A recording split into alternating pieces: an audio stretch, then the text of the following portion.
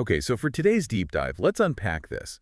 This central puzzle that historians, they often seem to just glance past.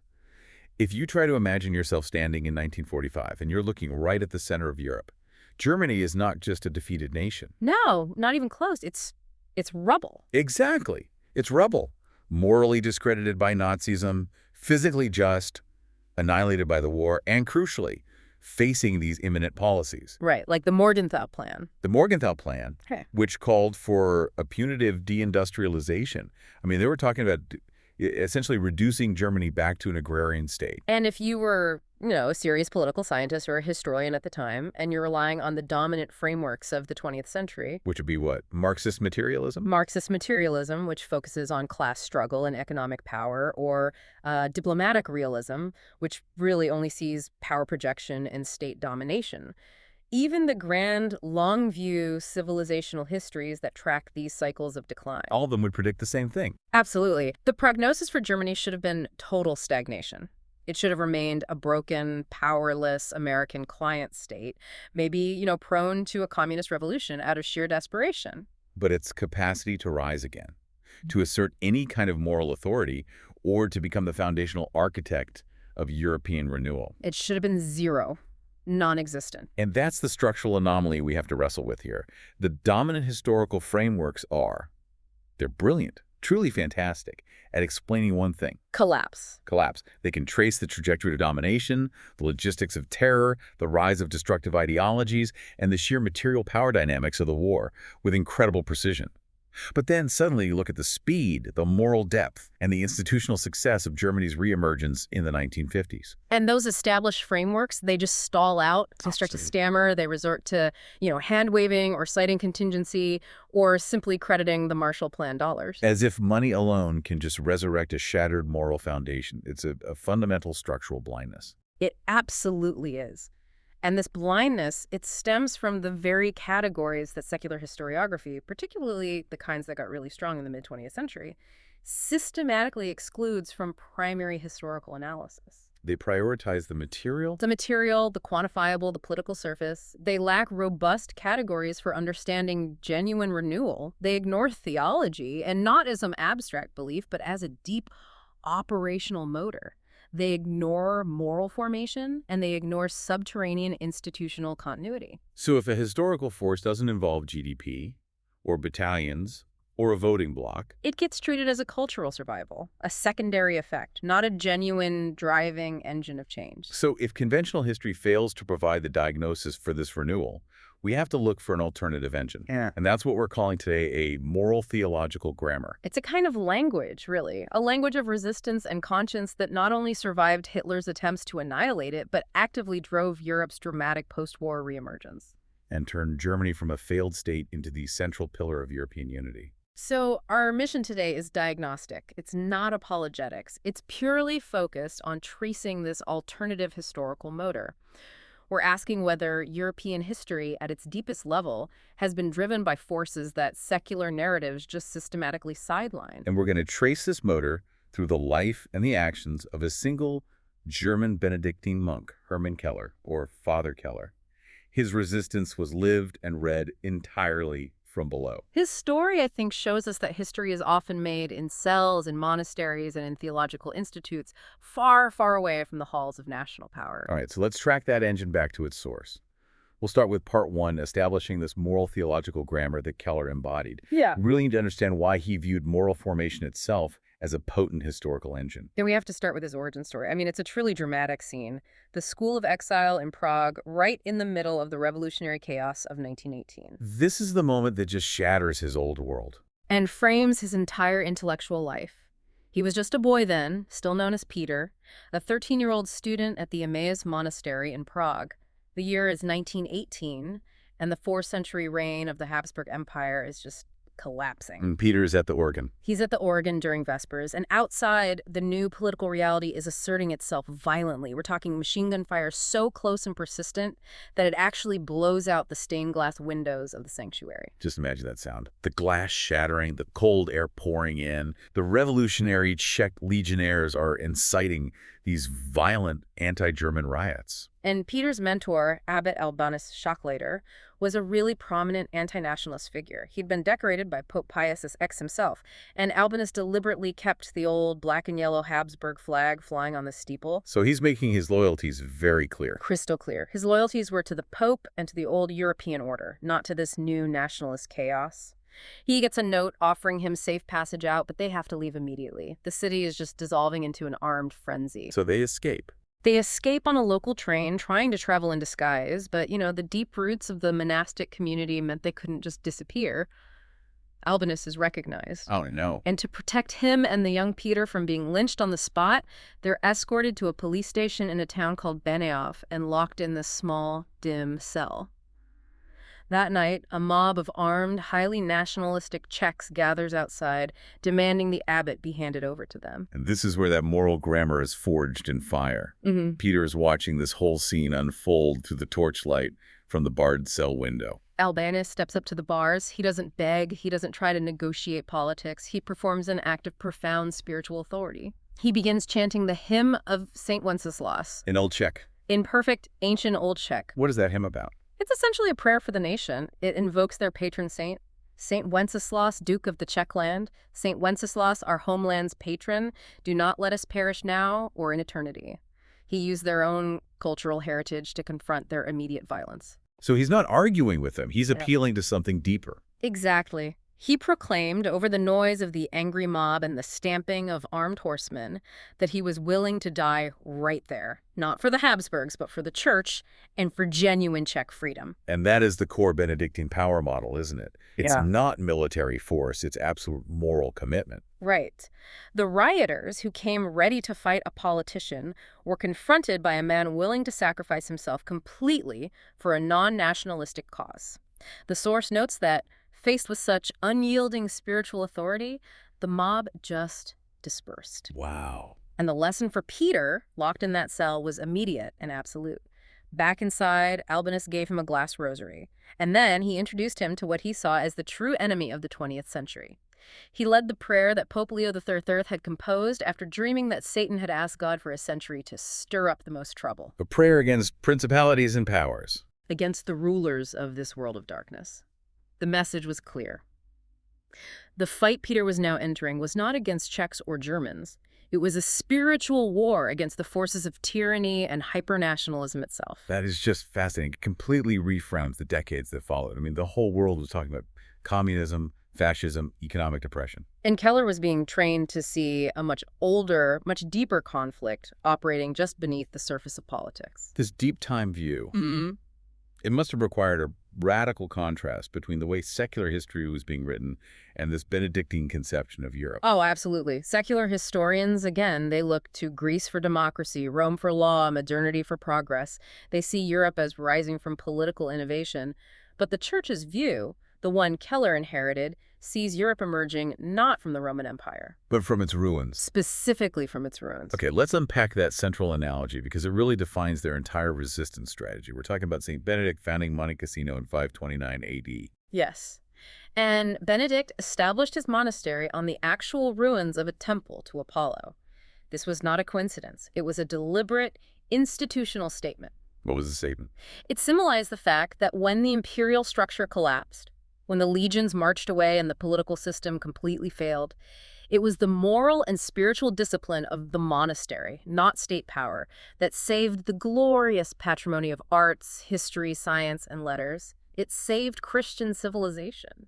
So the state dies, but the institution, which is rooted in something much deeper than the state, endures. Exactly. And if you believe this, Keller's subsequent work makes perfect sense. He built his entire framework on this understanding.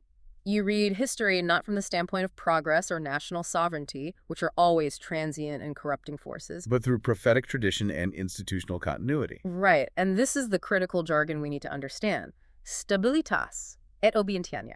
Stability and obedience. But obedience not to a temporal ruler, right? Not to a king or a Führer. No, of course not. Obedience to the higher, enduring moral law that's articulated in the Rule of St. Benedict. This framework is profoundly anti-imperial because it refuses to give ultimate allegiance to any earthly power. It is history from below, focused on the enduring moral structures rather than the fleeting political actors. I can really see how that worldview, which privileges moral continuity over material power, would be instantly weaponized against the rising threat of Nazism in the 1930s. It was. As the Nazis systematically promoted their ideology of an Aryan Jesus and tried to purge Christianity of its Semitic roots, Keller undertook this massive strategic theological project. He set out to reclaim Christianity's Jewish roots, effectively building his moral arsenal right under the Gestapo's watch, decades before the war even peaked. Tell us about the Scala Hebraica. That name itself just sounds like a direct confrontation. It was. It was a school for Hebrew studies. Later, it was cleverly renamed the Vetus Latina Institute, the old Latin Institute, to mask its purpose and make it appear to be just, philological research. And Keller's insight here was both historical and strategic. Absolutely. He understood that the earliest Christians who were living under intense persecution from the Roman Empire, they didn't have the New Testament as we know it today. They turned to the Hebrew prophetic texts, Amos, Isaiah, Micah, which were translated into vulgar Latin. Why those specific prophets? What was so special about them? Because they articulated the revolutionary idea that God hates injustice. They provided a vocabulary that attacked tyranny, condemned the wealthy, and spoke truth to power. They were the original scriptural ammunition used to erode the legitimacy of the Roman state. So Keller realized that if he could compile and re-emphasize these texts, using the allegorical method, and he drew heavily on the early church father Origen's polemical work Contra Celsum, he could provide a moral framework that could be used to attack modern empire, whether it was Nazi or communist. so this wasn't just abstract scholarly work. He was compiling an operational resistance manual, hidden in the guise of dusty philology. Precisely. This intellectual armory was built on that prophetic core, the institutional continuity of the moral critique of power.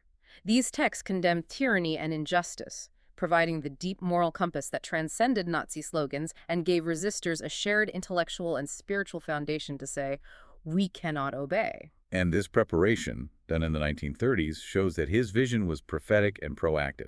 It wasn't just a reaction to the war. Not at all. He saw it coming. Okay, now that we've established that deep moral compass, let's see how this spiritual warfare translated directly into physical, life-or-death action during the war years.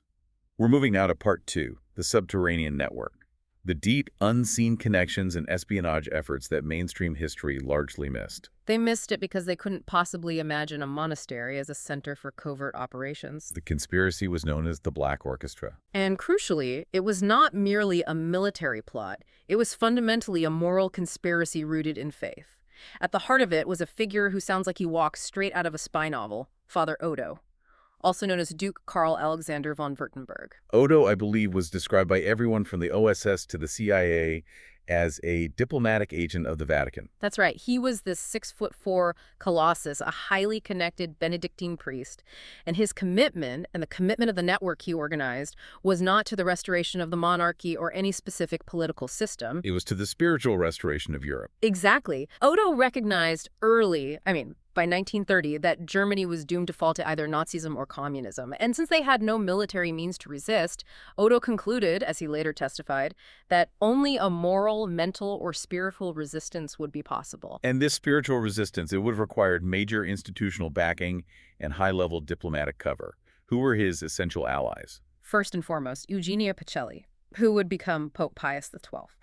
Before his election, Pacelli served as the papal nuncio in Germany. The British ambassador in Germany called him the best-informed diplomat in Berlin because he saw clearly what Hitler represented. He called it neo-paganism. Pacelli consistently denounced Hitler's Germanism and racial struggle as neo-paganism. The other critical, almost paradoxical ally was Admiral Wilhelm Canaris, the head of the Abwehr, German military intelligence. Canaris, the spy master himself. Why would the head of the Reich's own intelligence apparatus join a moral conspiracy? Canaris was a deeply conservative Catholic who viewed a victory for Hitler as the end of Christian civilization. He saw his duty as using the powerful institutional cover of the Abwehr to facilitate this fraternity of conscience. The strategy was ingenious. It was. Odo and Pacelli used the established, decentralized structure of monasteries, convents, and Catholic action groups networks that already crossed national borders and operated under the mantle of religious freedom to create a conspiracy that Himmler and the Gestapo simply could not track or fully penetrate. They were looking for armed rebels in cellars. And they found monks translating ancient texts in libraries.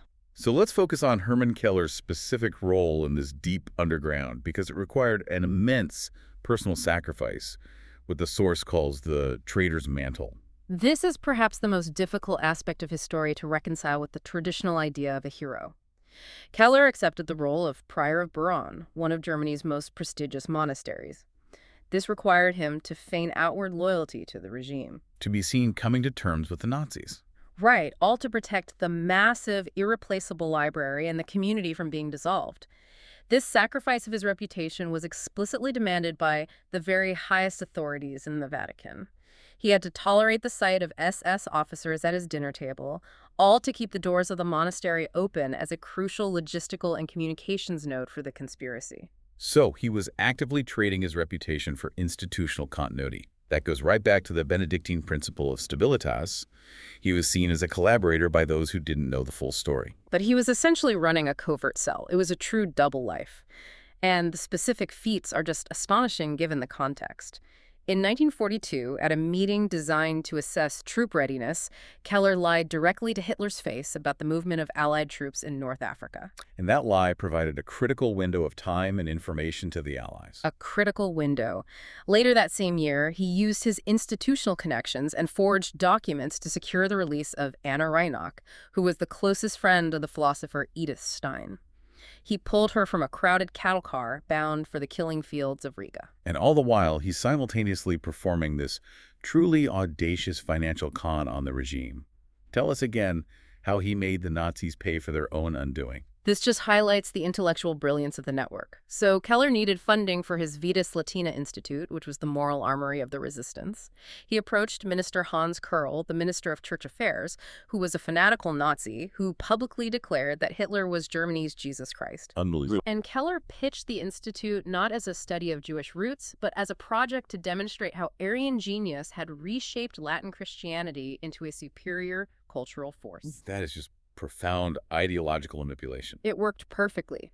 Kerrl, who was eager to prove his worth and outshine rivals like Goebbels, was entirely taken in. He declared the Vitas Latina Institute a national priority, and, critically, He doubled the budget. The Nazi regime was literally funding the compilation and dissemination of the moral and theological framework designed to undermine its entire legitimacy. And the writings themselves were weapons hidden in plain sight. You mentioned his Summa Theologica. How did he ensure that the theological content, which was so radically opposed to Nazism, got past the censors? This is where we return to that theological grammar, specifically the concept of pure relation. Keller's Summa was an immense scholarly undertaking, and it had to be a perfect allegorical structure. For example, when he was defining the doctrine of the Trinity, Keller defined God not as a powerful singular ruler, which mirrored the Nazi Führer principle. The leader principle. Right. Instead, he defined God as pure relation, pure relationship. God is eternally active, universal, self-giving love. So what does that concept imply for human dignity that would offend the Nazis? It implies everything. If humanity is made in the image of pure relation, then human dignity lies in transcending the temporary categories of race, nation, and class. It means that the highest moral structure is universal love and community, not the blood and soil nationalism of the Reich. It was a direct, devastating attack on Nazi ideology. Hidden inside dense, abstract theological prose that the censors, who were often ill-educated party hacks, they simply assumed was irrelevant academic dogma. It was the missio invisibilis God moving completely undercover. But this subterranean warfare came at an immense tragic cost. I think it's important to slow down here and remember the human toll of this intellectual resistance. Absolutely. The stakes were total. You look at Fritz Gerlich, the Catholic journalist who ran the newspaper The Straight Path. He was one of the first and most outspoken critics of Hitler. He was seized and sent to Dachau. And there, his fingers were systematically broken. So that he could never write again. Yet he refused to give up the names of his contacts. Eugen Bolz, a prominent political ally in the network, was arrested, and Cardinal Pacelli had to expend every political resource he possessed just to prevent his torture from revealing the full extent of the Catholic underground. And the ultimate tragic example, showing the spiritual dimension of this conflict, is the story of Edith Stein, the brilliant Jewish philosopher who converted and became a Carmelite nun. Her sacrifice and the subsequent mass killing of Catholic converts of Jewish heritage was a direct SS reprisal. It happened in 1942, immediately after the Dutch bishops publicly defied the Nazis and denounced the deportation of Jews. The SS was sending a message. A very clear one. Symbolic protest would carry lethal collective consequences. They seized Edith and her sister Rosa and sent them to Auschwitz. It just underscores that the fight was fundamentally spiritual. Her final known words, grasping her sister Rosa's hand on the way to the train, were, "Come, we're going for our people." This was the theological grammar, that commitment to universal solidarity forged in the prophetic texts, made manifest. She faced the ultimate evil with spiritual courage, cementing the high cost of conscience that defined this entire movement. What makes this tragedy even more bitter is the Allies' devastating blind spot. This conspiracy, which was risking everything, sending what they believed was perfect, actionable intelligence to Roosevelt and Churchill. It ultimately failed to prevent the war's conclusion because their warnings and their requests were just ignored. The key catastrophic failure was the policy of unconditional surrender. The conspirators in the Black Orchestra, including generals like Canaris and Beck, they knew they could only mount a successful coup and assassinate Hitler if they had a credible promise from the West. A promise that a post-Hitler Germany would be treated justly. Exactly. That it would not be destroyed or starved or simply handed to Stalin as a spoil of war. They needed moral leverage to convince the military establishment. But Roosevelt and Churchill were immovable. Completely. Roosevelt dismissed the generals who were trying to save thousands of lives as mere junkers and traitors, pure and simple, just unable to conceive of a German acting out of genuine moral conviction. Even though the intelligence was there, we're talking about detailed operational intelligence provided by agents like Father Odo and his American contacts, like Robert Murphy. The intelligence was impeccable, but the dismissal was structural. When the July 20th Valkyrie plot failed, Goebbels didn't need elaborate propaganda. He simply weaponized Roosevelt's unconditional surrender policy as a powerful rallying slogan. He told the German people, "Look, if we lose, we face total annihilation and Bolshevik rule. The only option is total unified war." The policy designed to ensure victory inadvertently fortified Hitler's moral position at the most critical moment. and this structural blindness extended to the most harrowing intelligence of the entire war, the Holocaust. We know that Canaris, risking execution, leaked evidence of the mass killing of Jews. He risked everything. The intelligence went to Roosevelt via his American Catholic liaison, Cardinal Spellman, and to Churchill via Jan Karski and Christina Makowska, who actually smuggled microfilms of concentration camp blueprints in her petticoat. This wasn't rumor, this was evidence. And yet, The information was systematically dismissed. The intelligence was often filed under hearsay or, chillingly, deemed not advantageous to the long-range general war prospect. what does that even mean? It means their deep, overriding focus on material, victory-achieving, total military defeat blinded them to the immediate moral imperatives, like bombing the rail lines leading to Auschwitz. They could track tanks and planes, but they couldn't register the spiritual cost of their own policies. This highlights the precise failure of the materialist framework. It prioritizes strategic victory over moral intervention, every time. So the war ends. The materialist historians write their narratives about the victory of Allied tanks and economics, and yet, almost immediately, the subterranean moral engine reasserts itself with staggering speed, driving the renewal that those historians can't quite fit into their models. This brings us to part 3, the legacy of renewal. The survival and the immediate pivot of the network is just remarkable. Father Odo, shielded by his Vatican connections, and Cardinal Spellman, he did not pause. In fact, his work dramatically escalated. He launched the Central European Rehabilitation Association, or Sierra. And this was not merely passive charity. Not at all. It was a strategic political application of that moral imperative. He raised tens of millions of dollars for refugees and survivors across Central Europe. And the motivation behind Sarah was explicitly political, driven by that same deep dive, that same moral imperative. Absolutely. Odo recognized that spiritual renewal was impossible without physical sustenance. His mission was aimed squarely at preventing what the materialist historians failed to predict: Germany sliding inevitably into Bolshevism because of mass hunger and moral despair.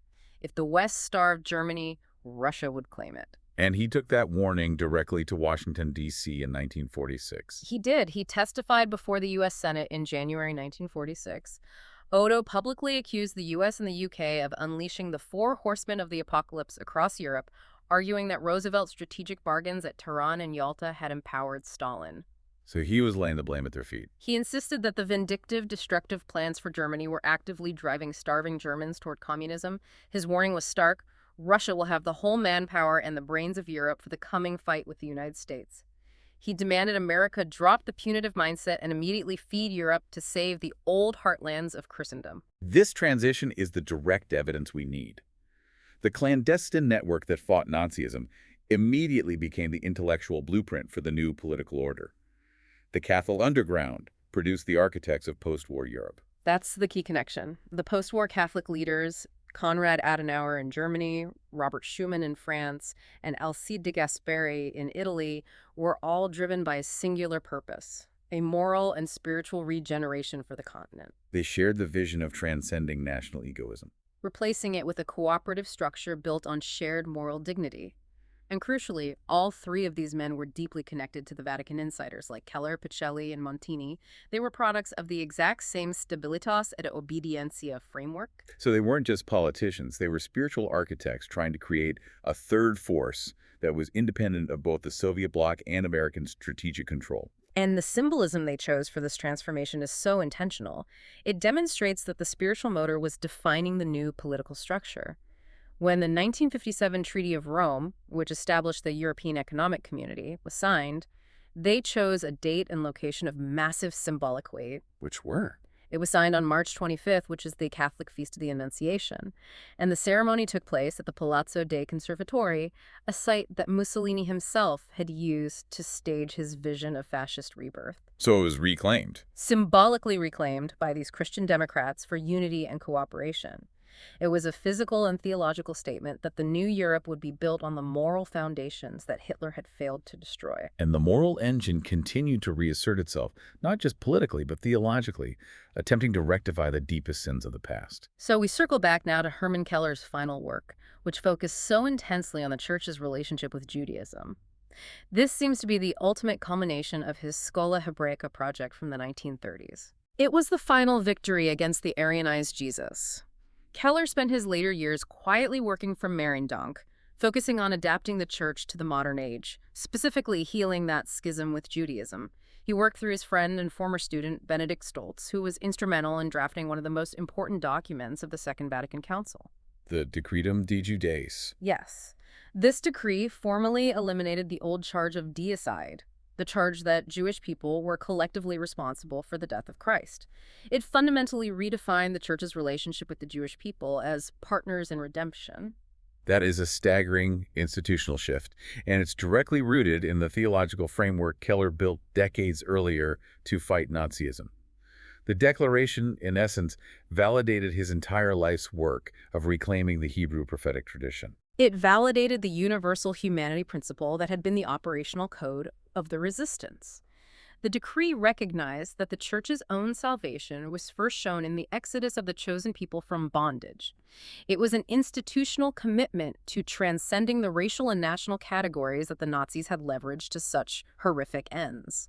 So when you look at the speed of Europe's transformation, the rise of these leaders, the creation of the EEC, the moral shift at the Vatican, the source material suggests this wasn't just about Marshall Plan economics or political contingency. No, it posits that the real driver was the tireless machinations of the Vatican and ultimately of the kingdom of God. And that is the non-material motor the secular historians missed. Completely. They could see the rubble and the dollar signs, and they could accurately analyze the Cold War dynamics, but they could not see the deep, enduring root structure that provided the conceptual and moral foundation for men like Adenauer and Schuman to collaborate so successfully, transcending centuries of French-German antagonism. A foundation built on institutions that valued moral law above all. Institutions that endured precisely because they refused full identification with the transient authority of the Nazi state.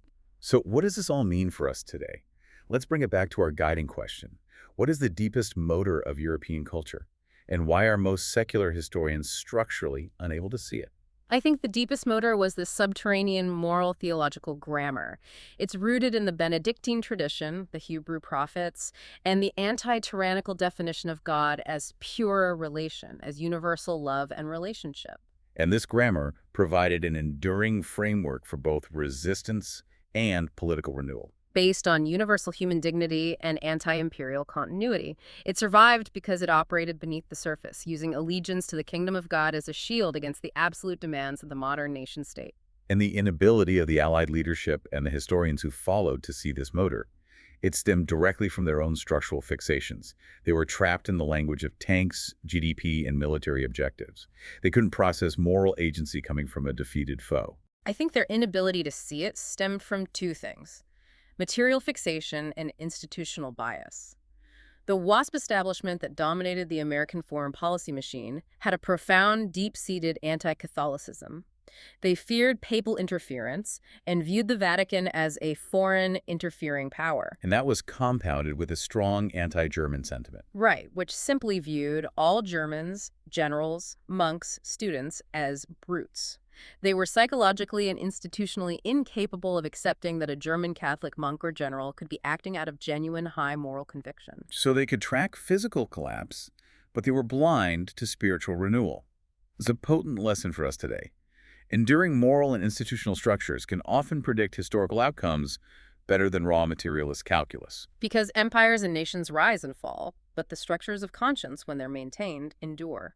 This leads us to a final provocative thought, one that challenges the moral ledger of the victorious powers versus the moral work of the vanquished. The source recounts a telling detail. The Catholic Cardinal Faulhaber noted that after the war, Americans brought journalists to Dachau to expose the German people's shame.